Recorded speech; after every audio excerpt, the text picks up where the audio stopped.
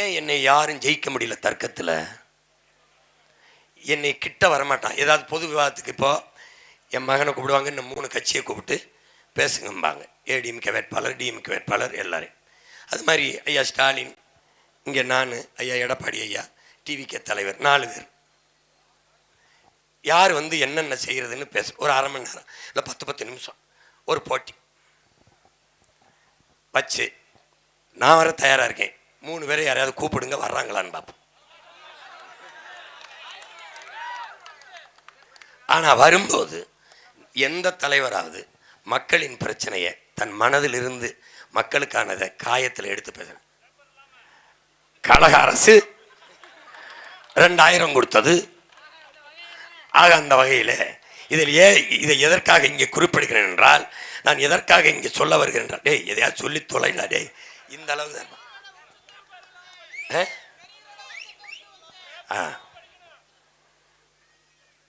ஒருத்தர் வழிதாங்கி வந்தேன், வழிதாங்கி காலில் ஏதோ முள்ளு குத்திருச்சு போல இருக்கு.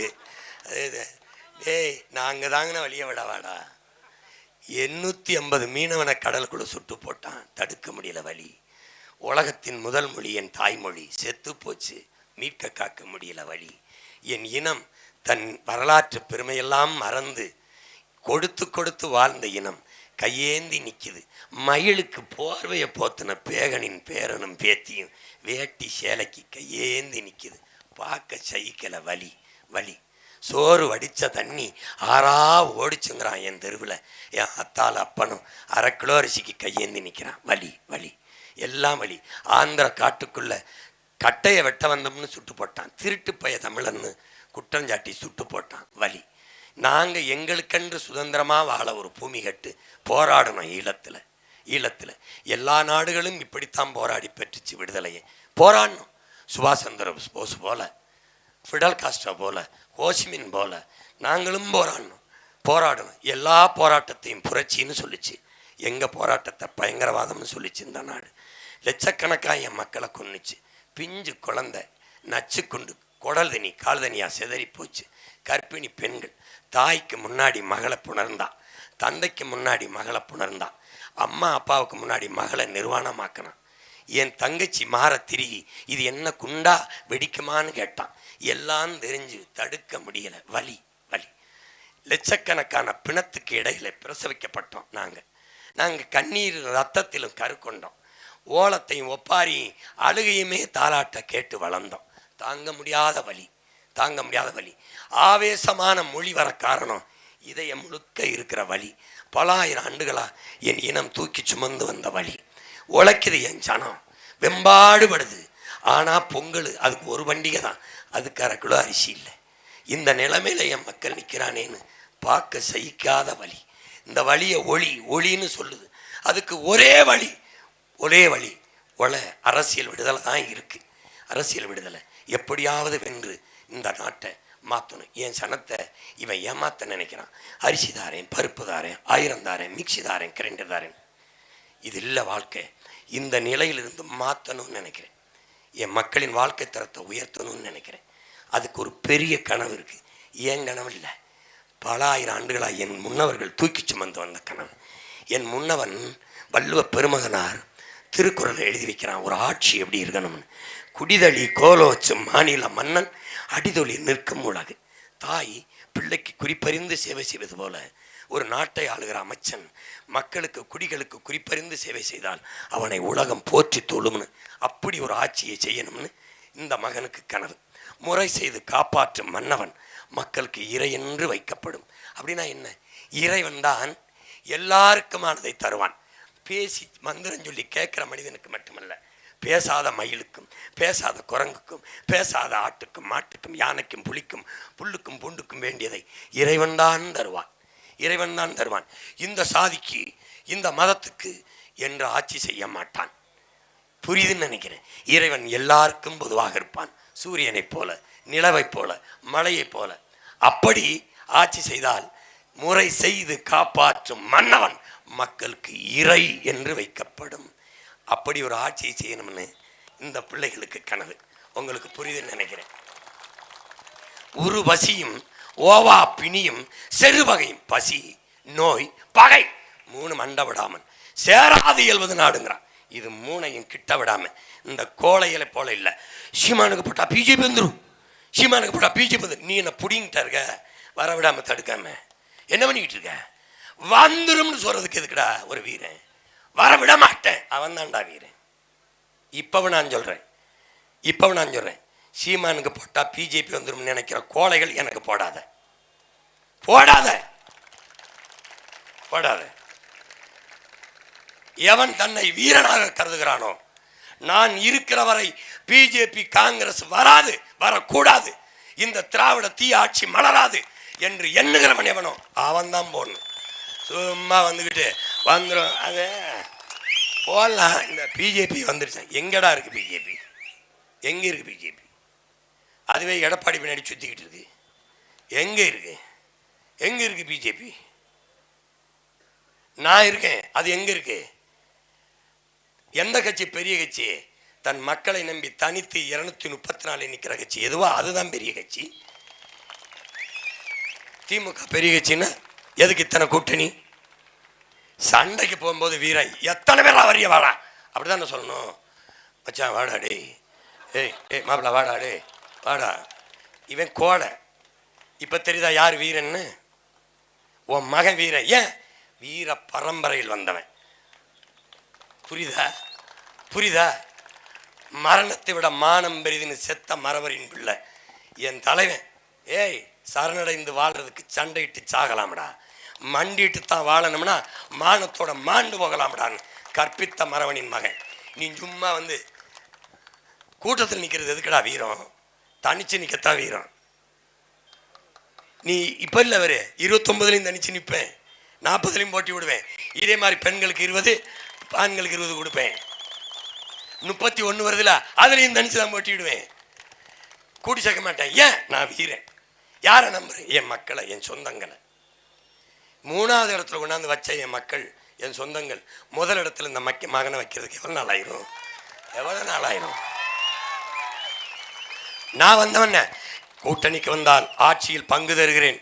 யாரையும் ஏலம் போட்டு கூப்பிடல, வராத நான் தரமாட்டேன்.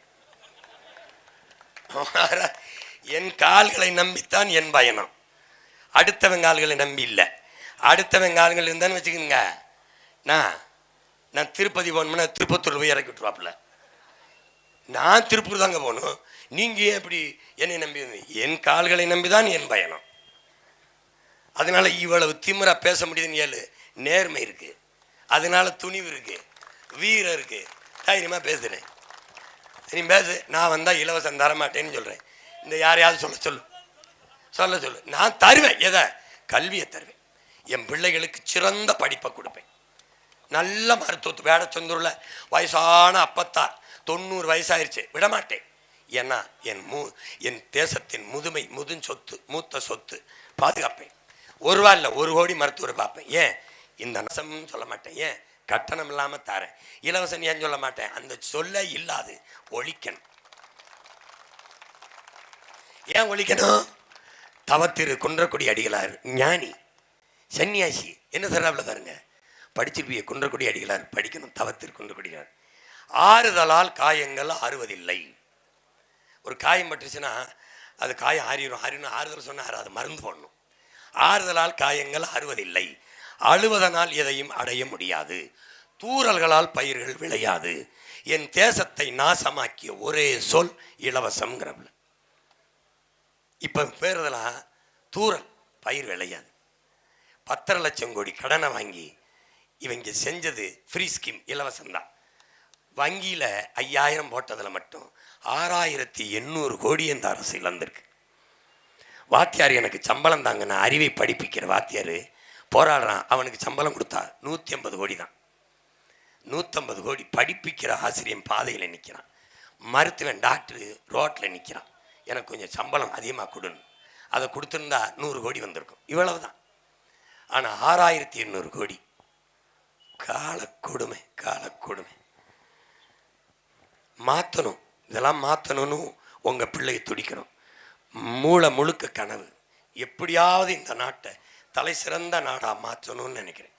அதுக்கு ஒருவனால முடியாது, நம்ம எல்லாரும் சேர்ந்து தான் இந்த நிலைமையை சரி செய்யணும். நீங்கள் ஒன்றே ஒன்று செய்யுங்க. இந்த உக்ரைன் அதிபர் செலன்ஸ்கி பிரதமரானவன்னு அரசு அலுவலகங்களில் என் படத்தை எடுத்துருங்கன்ட்டான். முதலமைச்சர் பிரதமர் படம்லாம் மாட்டோம்ல, அதை எடுத்துருங்க. எடுத்துட்டு நான் பெருமைக்குரிய குறியீடோ அடையாளமோ இல்லை, I am not a icon and identity.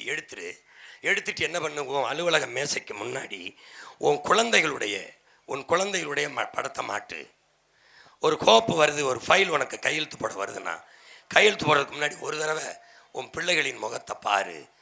இந்த கையெழுத்து நம்ம பிள்ளைகளின் எதிர்காலத்துக்கு சரியாக இருக்கும்னா போடு, இல்லைன்னா ஃபைலை தூக்கி தூர போடுன்ட்டான்.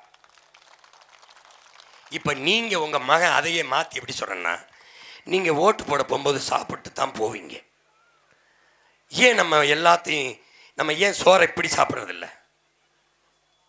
குனிஞ்சு சாப்பிட்றது? ஏன்னா உணவை கொடுத்த விவசாயிக்கு நன்றி செலுத்துறதுக்காக தான் நம்ம குனிஞ்சு சாப்பிட்றோம். அந்த நன்றி உணர்ச்சி இருந்ததுன்னா ஓட்டு போட போகிறதுக்கு முன்னாடி சாப்பிட்டு தான் போவீங்க. சாப்பிடும்போது தட்டில் இருக்க சாப்பாடை பாருங்கள், இதை தந்தவன் யாருன்னு பாருங்கள். ஒன்று நம்ம அப்பனா இருப்பான், சித்தப்பனா இருப்பான், இல்லை நம்மளே விளைய வச்சதாக இருக்கும். எல்லாரும் மனிதர்கள் செய்கிற வேலையைத்தான் செய்கிறாங்க. நான் விவசாயி மட்டும்தான் தெய்வத்தின் தொழிலை செய்கிறான். நல்லா கவனிச்சுக்கணும். ஏன்னா தெய்வத்துக்கே படைக்கிறவர் பால், தேங்காய், பழம், நெய் எல்லாம் யார் தர்றா? எங்கள் அப்பன் விவசாயி தான் தரான். தெய்வத்தின் வேலையை அவன் தான் செய்கிறான். அவனை நன்றின்னு நினச்சிக்கிட்டு நீ போகணும். போயிட்டு நீ போகும்போது என்ன செய்யணும், பேரம்பேத்தி மகன் இந்த முகத்தை பார்த்துட்டு போகணும். நீ போனீங்கன்னா நன்றின்னு எண்ணத்தோடு போனீங்கன்னா பெட்டியில் சின்னமாக விவசாயி இருப்பான், அங்கேயே இருப்பான். அவனை பாரு. எந்த சின்னத்துக்கு போட்டால் கண்ணை மூடி ஒரு தடவை பிள்ளை பேரம்பேத்தி முகத்தையெல்லாம் நினச்சி பாருங்க. எந்த சின்னத்துக்கு ஓட்டு போட்டால் நம்ம பிள்ளைகளுக்கு எதிர்காலம் நல்லாயிருக்கும், படிப்பு கிடைக்கும், வேலை கிடைக்கும், பிள்ளைய பள்ளிக்கூடம் கல்லூரிக்கு படிக்க போயிட்டு அல்லது வேலைக்கு போயிட்டு திரும்பும்போது பாதுகாப்பாக வரும். எங்கே போட்டால் குடிக்க நல்ல தண்ணி கிடைக்கும், எங்கே போட்டால் எல்லாருக்கும் வேலை கிடைக்கும், எங்கே போட்டால் சனம் நிம்மதியாக இருக்கும்னு யோசித்து பார்த்து ஓட்டை போடுங்க. உண்மையிலே விவசாயிக்கு செலுத்தினா நல்லா இருக்கும்னு நினச்சிட்டிங்கன்னா விவசாயிக்கு ஒரு அழுத்தி இந்த தீயை வச்சு கொளுத்தி முடிவு கட்டி விடுங்க. எல்லாத்துலேயும் நீங்கள் நல்லதைத்தான் தேர்வு செய்வீங்க.